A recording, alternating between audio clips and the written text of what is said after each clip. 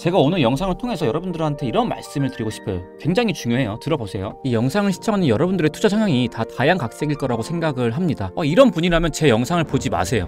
네, 안녕하세요. 백구입니다. SEC가 드디어 비트코인 현물 ETF 거래소 상장을 공식 승인했습니다. 네, 게리 겐슬러 SEC 위원장은 다수의 비트코인 현물 상장 지수 상품 ETP 상장 거래를 승인했다라고 밝혔습니다. 현물 ETF 용어 대신에 현물 ETP 용어를 공식적으로 사용을 합니다. 결국 블랙록, 그레이스케일 등 11곳에서 비트코인 현물 판매가 가능하게 되었습니다. 네, 우리 모두가 이 현물 ETF를 기다렸고 승인만 된다라고 한다면 모두가 큰 상승을 기대하고 있었는데요. 비트코인 차트, 일봉 차트를 보시면 이 상승의 모습이 아직까지는 그렇게 크지 않는 모습을 보여주고 있습니다. 오늘 분석 영상을 통해 비트코인 상황을 보며 어떻게 대응을 하고 매매 전략을 쌓아갈지 공유를 드리면서 영상 시작하도록 하겠습니다. 네, 영상 시작하기 앞서 영상 고정 댓글을 통해 떡상 메들리 채널 무료 텔레그램방 입장 가능하십니다. 입장하시면 뉴스 시황 분석을 받아보실 수 있으니 함께 호흡 이어나가실 분들은 참여 고려해 주시면 될 것 같습니다. 먼저 트위터에서 활동하는 해외 전문가 이 알리의 분석을 참고를 하자면 비트코인 현물 ETF 결정 몇 시간 전 TD 지표는 비트코인 4시간봉 차트에서 매수 신호를 보여주었으며 이 신호는 비트코인을 48,100달러까지 밀어 올릴 수 있으며 그 후에는 52,900달러 수준까지 확장될 수 있다라고 언급을 하였습니다. 네, 다시 비트코인 차트로 넘어오시면 아직까지는 지지부진한 모습을 보여주고 있습니다. 48,100달러도 넘지 못하고 있고 지금은 한 46,000달러 정도에서 좀 머물고 있습니다. 아직 승인 안 돼도 불구하고 지지부진한 모습을 보여주고 있습니다. 그 이유를 굳이 찾는다면은 큰 프레임에서 봤을 때 이전 이 상승 사이클에 대한 저점 라인을 이어봤을 때 이 해당 추세 현재 막혀있는 모습을 보여주고 있습니다. 4시간봉으로 짧게 본다라고 하더라도 해당 추세에 막혀있는 모습을 보여주고 있고요.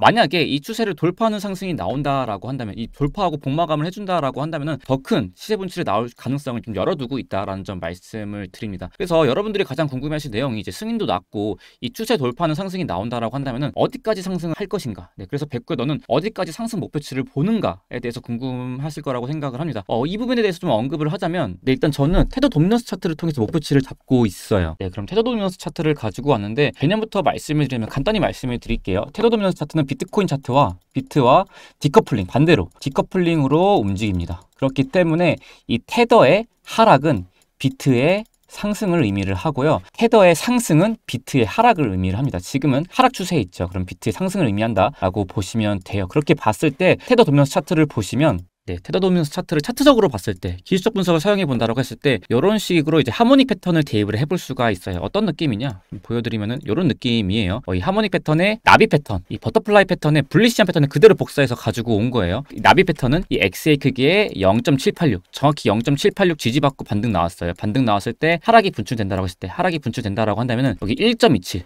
이 XA 크기의 1.27이 추세 변환 포인트가 돼요. 여기까지 도달한다라고 한다면은 이런 식으로 갈 수 있겠죠. 그럼 해당 구간, 이 해당 구간이 이전에 여러 번 저항이 출현했던 라인과 좀 일치합니다. 그럼 이 테더 도미넌스 차트가 이 구간까지 하락이 출현할 수 있다라고 보고 있어요. 그렇게 봤을 때 퍼센테이로 따진다라고 한다면 그렇다면 이 하모닉 패턴의 나비 패턴만큼의 목표치를 도달한다라고 했을 때 이 테더 도미넌스 차트가 그렇다라고 한다면 현재가 대비 대략 한 16% 정도 하락분이 출현을 해야 돼요. 여기까지 도달을 하는 하락이 나온다라고 했을 때 비트코인이 그만큼 상승을 하겠죠. 만약에 퍼센테이지가 비슷하게 흘러간다라고 한다면 비트코인이 물론 무조건은 아니지만 비슷하게 흘러간다라고 한다면 비트코인이 16% 상승한다라고 했을 때는 목표치는 52,000불에서 54,000불입니다. 저는 이 추세를 넘는 상승이 나온다라고 했을 때는 단기 목표가는 이 52,000불에서 54,000불 정도를 보고 있다. 라는 점을 말씀을 드려요. 그럼 여기까지 여러분들 들으시면 이런 질문이 생길 수가 있어요. 그럼 백구야 52,000불에서 54,000불까지 상승하면은 그냥 빠지는 대로 봐야 되냐? 아니죠. 단기 조정이 어느 정도 출현할 수 있다는 거죠. 제가 오늘 영상을 통해서 여러분들한테 이런 말씀을 드리고 싶어요. 굉장히 중요해요. 들어보세요. 이 영상을 시청하는 여러분들의 투자 성향이 다 다양각색일 거라고 생각을 합니다. 누군가는 장기 투자를 지향하는 사람이 있는 반면에 누군가는 트레이딩 위주의 거래를 좋아하시는 분이 있어요. 트레이더의 성향이 가까운 분이라면은 제 영상을 통해 비중 조절, 해칭, 단기 숏포지션 진입 등의 매매 전략을 참고해 볼 수 있다라고 생각을 합니다. 하지만 반대로 이 장기 투자자의 투자 성향에 가까운 분이라고 한다면 이런 분이라면 제 영상을 보지 마세요. 이게 보지 말라는 건 아닌데 이 단기 매매 사고 팔면서 흔들리면 안 돼요. 이 장기 투자자들 입장에서는. 그래서 말씀을 드리는 거예요. 제가 좀 감히 장기 투자자 입장에서 좀 제 의견을 말씀을 드리자면은 저는 매크로적으로 봤을 때 이 장기 투자자라면은 투자의 적기라고 생각을 합니다. 내년에 미국의 금리 인하가 예고되어 있고 아시다시피 지금이 금리가 가장 높은 시기예요. 매크로적으로 단순하게 보면은 금리가 가장 높을 때 투자를 하고 금리가 가장 낮을 때 파는 게 단순하고 현명한 매크로적인 전략이라고 생각을 합니다. 때문에 이제 슬슬 금리를 낮출 시기가 다가오니 장기 투자자들 입장에서는 지금은 준비하는 시기이지 않나라고 생각을 합니다. 그리고 아까 말씀드린 것처럼 장기 투자자들 입장에서는 괜히 없지 않게 샀다가 팔았다 반복하다가 수익 볼 것도 못 볼 수 있기 때문에 이 단기적인 예측에 흔들리지 않고 쭉 홀딩하는 지조를 가지고 가야 된다라고 생각을 합니다. 그럼 영상 마지막으로 이 DXY 달러 인덱스 차트를 보고 오늘 영상 마무리하도록 하겠습니다. 달러 인덱스 쉽게 말씀을 드리면 미국 달러의 가치의 강세를 나타내는 차트입니다. 달러 인덱스의 상승은 경기 침체, 안전자산인 달러의 수요가 많아졌다는 것을 의미를 하고요. 이 달러 인덱스의 하락은요, 미국 자체에 위기가 발생했거나 경기 회복으로 인해 위험 자산을 선호하는 사람들이 많아졌다는 것을 의미를 합니다.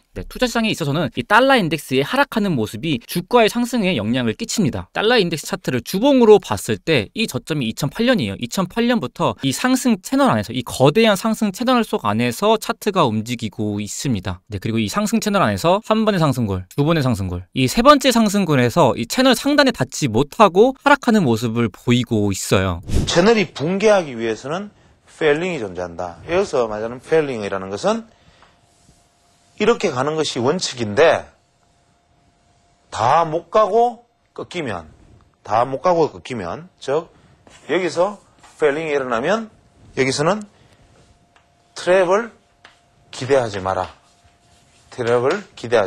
이것은 추세의 전환일 가능성이 크다.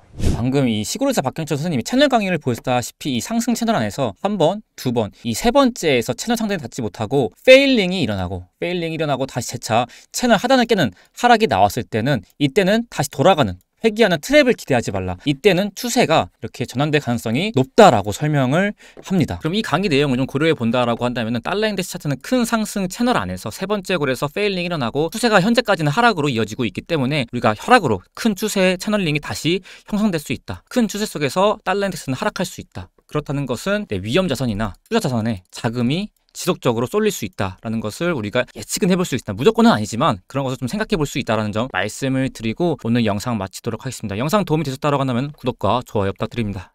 여기까지 뵙겠습니다. 감사합니다.